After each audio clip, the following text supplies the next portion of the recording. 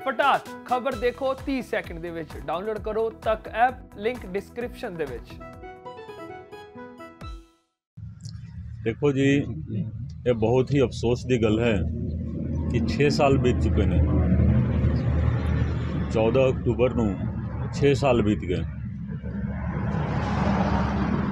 तो सरकारां वालों देखो जिस तरीके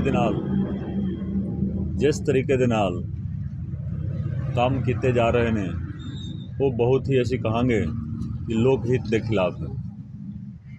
इन्ना इंपॉर्टेंट केस होवे तुसी देखोगे पहला SIT बनी, फिर केस CBI नूं गया, फिर केस वापस आया तो तफ्तीश ही चलती जा रही। असी देखो मेरे कोल जिम्मेवारी सी कोटकपूरा ते बहबल कला दी जो फायरिंग हुई सी, असी दोवें केसां दे विच चलान कर दिता जी। कोटकपूरा दे विच भी ते बहबल कला फायरिंग केस का भी चलान किया। ये बहुत घट लोगों को पता है कि जो रिपोर्ट क्वेस करवाई गई सी 9 अप्रैल नूं, वो रिपोर्ट सिर्फ तो सिर्फ कोटकपूरा वाली सी। जो बहबल कला फायरिंग केस है उस केस दे विच साडा चलान अदालत दे विच है, उस दे उत्ते कार्रवाई चल रही है, लेकिन सरकारी रवैया ठीक नहीं होने करके वो कोई प्रोग्रेस नहीं हो रही। असी SHO तो लैके DGP रैंक तक तो दूसरे जिहड़े उहदे विच कॉन्सपीरेसी दे विच शामिल सीगे, खास करके जिन्हां दे फार्म हाउस ते जिप्सी दे उत्ते फायरिंग करके एक फॉल्स फैब्रिकेशन करन दा प्रयास किया गया, उन्हां सारियां नूं असी चलान किया, लेकिन सरकार उहदे विच ट्रायल शुरू नहीं करवा रही है। सिर्फ तो सिर्फ कोटकपूरा की रिपोर्ट जिहड़ी है वो भी रिपोर्ट नहीं है, वो भी सैशन अदालत दे विच ट्रायल चल रहा सी, तो उन्होंने क्वेस करवाया कैप्टन साहब ने, वो कोटकपूरा की जो ट्रायल सी उसनूं क्वेस करवाया सी। लेकिन जो बहबल कला केस है उसका ट्रायल तो चलना चाहिए है, तो सरकार चाहे तो एक दिन दे विच ट्रायल चल सकता, ठीक है, क्योंकि जदों दोषियों के वकील नूं सरकार ने एडवोकेट जनरल नियुक्त कर लिया, उस दे नाल मनसा जाहिर हो गई कि सरकार की चाहती है, क्लीयर हो गया कि सरकार दोषियों के नाल मिली हुई है। इस करके ये सारा कुछ हो रहा है, सरकार की मिली भुगत है वो सामने आ गई। कैप्टन साहब के टाइम असी बोलते सी कि अंदर खाते मिले हुए हैं, लेकिन जो चन्नी साहब आए ने तो खास करके जो होम मिनिस्ट्री का चार्ज है सुखजिंदर सिंह रंधावा, ये सरासर मिले हुए हैं, क्योंकि ये बोलते सी कि होम का चार्ज मैनू दे दो जी, मैं आ कर दूँ जी आ कर।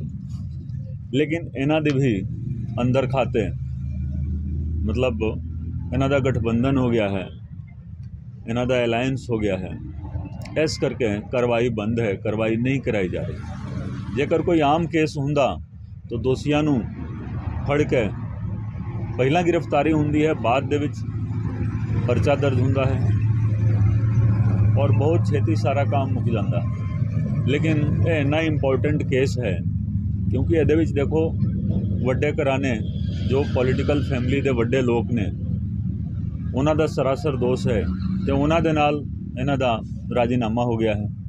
नवजोत सिद्धू आप 75-25 की सरकार बोलते सी, तो हुण तो 75-25 उलट हो गया, हुण 75-25 उलट हो गया।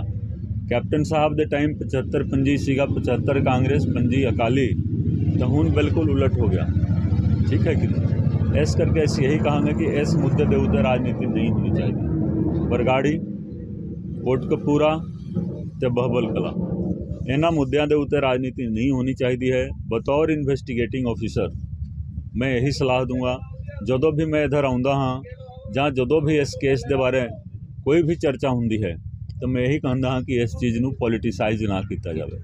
जदों मैं रिजाइन किया सी उदों भी कैप्टन साहब ने 2-4 दिन तक रिजिग्नेशन नहीं एक्सैप्ट किया और मैं फिर बयान दिता सी। 13 अप्रैल बैसाखी वाले दिन मैं भी बयान दिता कि इस मुद्दे नूं पॉलिटिसाइज ना किया जाए, ग्लैमराइज ना किया जाए, क्योंकि कुछ लोग ने जो बॉलीवुड स्टाइल दे विच ਇਹਨੂੰ ਗਲੈਮਰਾਈਜ਼ ਕਰਦੇ ਨੇ ਇਸ ਮੁੱਦੇ ਨੂੰ। ਤੇ ਇਸ ਮੁੱਦੇ ਦੇ ਉੱਤੇ ਹੁਣ ਰਾਜਨੀਤੀ ਬੰਦ होनी चाहिए है, मैं तो यही कहूँगा। सर आपने जांच की है और इस जांच में आप किसको मुख्य दोषी मानते हैं?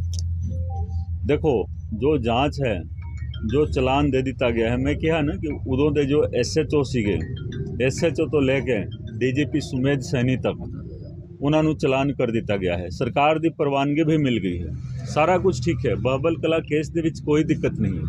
बहबल कला केस दे विच ट्रायल नहीं करवा रही है सरकार, ये कट लोगों को पता है। लोग यही समझते हैं कि बहबल कला की रिपोर्ट भी क्वैस हो गई है तो कोटकपूरा की रिपोर्ट भी क्वैस हो गई। लेकिन जो कोटकपूरा वाली रिपोर्ट सीगी उस दे विच सीधे सीधे सुखबीर बादल का नाम सीगा, प्रकाश सिंह बादल का नाम सीगा। तो इस करके तुसीं देख सकते हो कैप्टन साहब का जदों राजीनामा होया उस परिवार के नाल, तो उन्होंने जो कुछ करवाया वो इस मुल्क का संविधान जो है इजाजत नहीं देता है। जो ट्रायल शुरू हो गया किसी केस दे विच तो उसका ट्रायल होना चाहिए। ट्रायल भावें सैशन अदालत दे विच हो जाए, ट्रायल भावें हाई कोर्ट दे विच हो जाए। सरकार नूं चाहिदा सी, सरकारी वकील नूं चाहिदा सी कि वो हाई कोर्ट दे विच बहस कर दे, अपना आर्गूमेंट पेश कर दे कि केस का ट्रायल चल रहा है। ये कोई फैक्ट फाइंडिंग रिपोर्ट नहीं है, केस दे उत्ते ट्रायल चल रहा है। तो सरकार वालों सर्टिफिकेट दिता गया।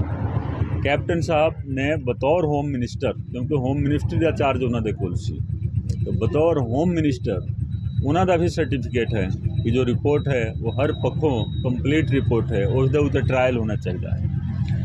तो यही मेरी बेनती है कि छेती तो छेती बहबल कला केस खास करके जिथे अपने जो उथे पुलिस फायरिंग जड़ी हुई सी ते जिस करके अपने सुखराज सिंह जी बैठे हुए ने, इन्हां दे पिता जी नूं ते भाई गुरजीत सिंह जी दे फादर साहब भी बैठे हुए ने।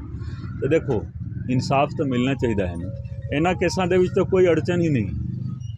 बहबल कला फायरिंग केस दे विच कोई अड़चन नहीं है। घट्टो घट्ट तुसीं ट्रायल शुरू कराओ, ट्रायल शुरू कराओगे फिर सच्चाई सामने आऊगी।